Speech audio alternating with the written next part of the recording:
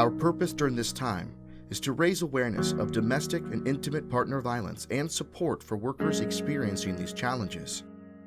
To raise awareness of the effects of domestic violence on the employee and the workplace. To support employees in need of assistance. To create a safe, secure, and supportive work environment for employees. We'll also learn the answers to the following questions. What is domestic and intimate partner violence?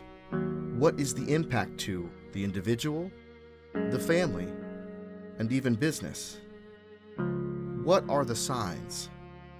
What is our response? And what are the available resources? Our first step is to define domestic or intimate partner violence. Domestic violence is the use of physical, emotional, and/or sexual force to control or maintain power over someone. It involves frightening, intimidating, and/or manipulating someone over a period of time. It can also be understood as a pattern of behavior that shows a lack of respect for the victim's mind, body, and spirit.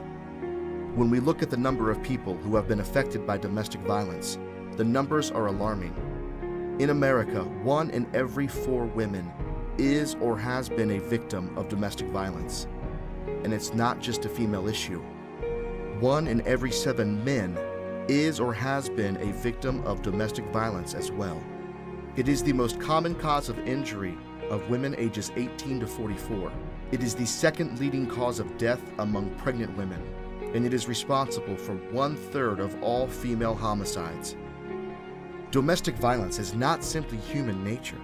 It is most often a learned behavior. Abusers have learned that violence is an appropriate way to control others, and so the cycle of abuse is repeated through each generation. The breadth and depth of the impact of domestic violence on an individual is shocking. Here we see just a small sampling from a long list of issues and conditions that victims experience at exaggerated rates. And here are a few specific examples of health risks. Domestic violence victims are 60% more likely to develop asthma, 70% more likely to have heart disease, and 80% more likely to experience a stroke.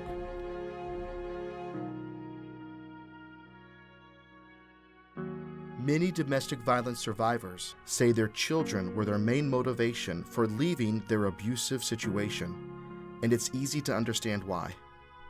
The damage done to children who are exposed to domestic violence is especially devastating.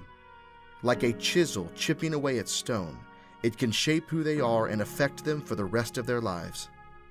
These children are more likely to become abuse victims themselves, to develop social disorders, to struggle with learning disabilities, and to experience impaired development, all of which will impact them for as long as they live. But the most disheartening truth is this: children who are exposed to domestic violence are 2 to 3 times more likely to become abusers and become victims later in life. What they learn from both abusers and from victims is that these behaviors are acceptable, that it's okay to hurt people that we love, and that we manipulate and control to get what we want. As we've seen, the impact of domestic violence is not isolated to an individual. It ripples out and affects the victim's family and loved ones. But it doesn't stop there. The scope of domestic violence's impact covers our entire society. An example of this can be seen in that domestic violence even impacts companies and businesses. Every year, 8 million days of paid time off are lost due to domestic violence. 54% of victims said they were late to or missed an entire day of work, up to 3 times per month because of abuse. $5.8 billion in increased medical costs each year. $2.5 billion in lost production each year. That is an estimated $8.3 billion loss each year for American companies because of domestic violence. Now, if you have never been exposed to domestic violence, you might be asking a very simple question right now. Why? Why even get involved with an abuser? Or why stick around once the abuse starts? Unfortunately, The answer is not nearly as simple as the question. First, when most victims initially become involved with their abuser, there are no signs of the abusive behaviors. And for those who have ever remained in an abusive relationship for any amount of time, a recently viral Twitter hashtag gave voice to these victims, and their stories shared several common themes. Some victims simply fear their abuser. They fear retaliation against them or their loved ones, and some even fear for their lives. Some victims become emotionally attached to their abuser through conditions such as codependency and trauma bonds. Due to deeply held beliefs and values, some victims may believe it is wrong to leave their abuser. This is more common in situations where the victim and the abuser are married and/or have children together. Some victims hold on and hope for change in their abuser. And for many, that desire for change is born out of sincere love. But above all else, a simple lack of options is what keeps most victims in their abusive situations. They lack resources, a safe place to go, a support system, and money. And for those who are parents, some choose to endure the abuse because it means their children will have clothes on their backs, food on their plates, and a roof over their heads.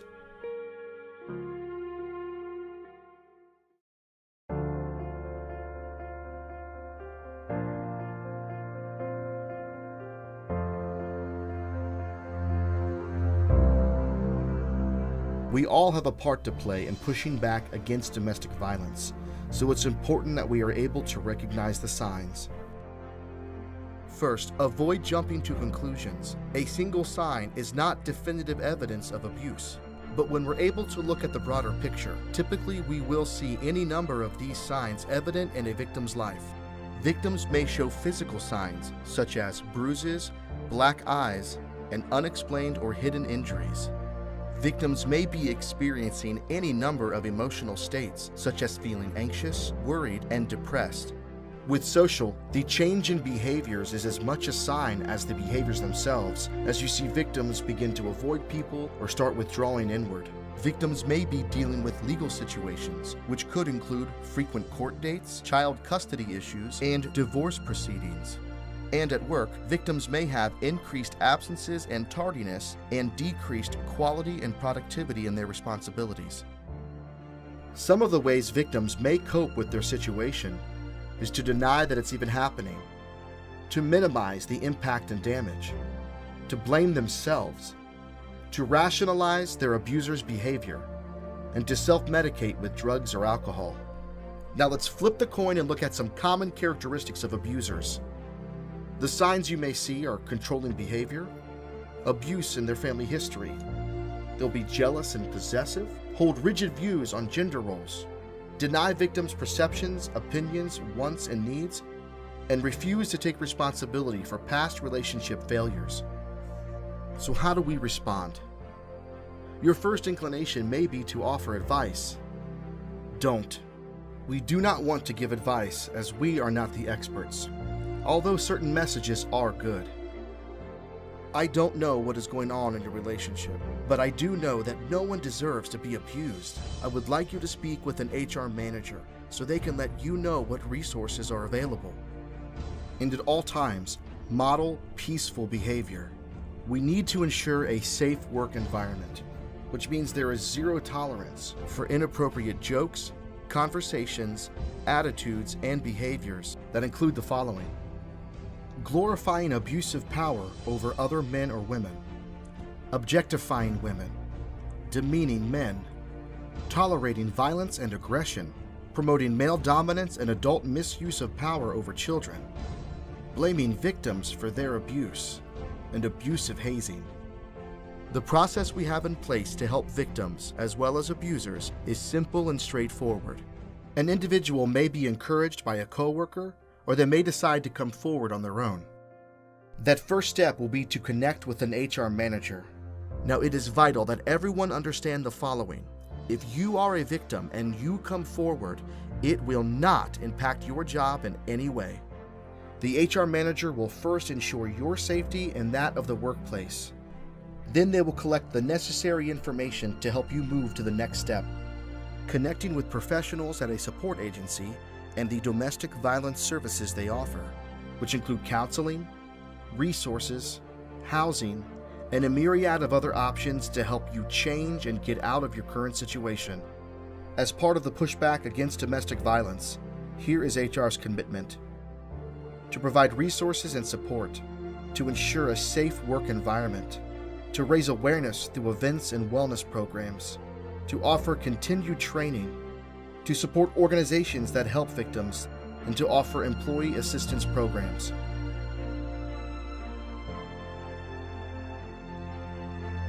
If you are a victim or an abuser, you may feel trapped.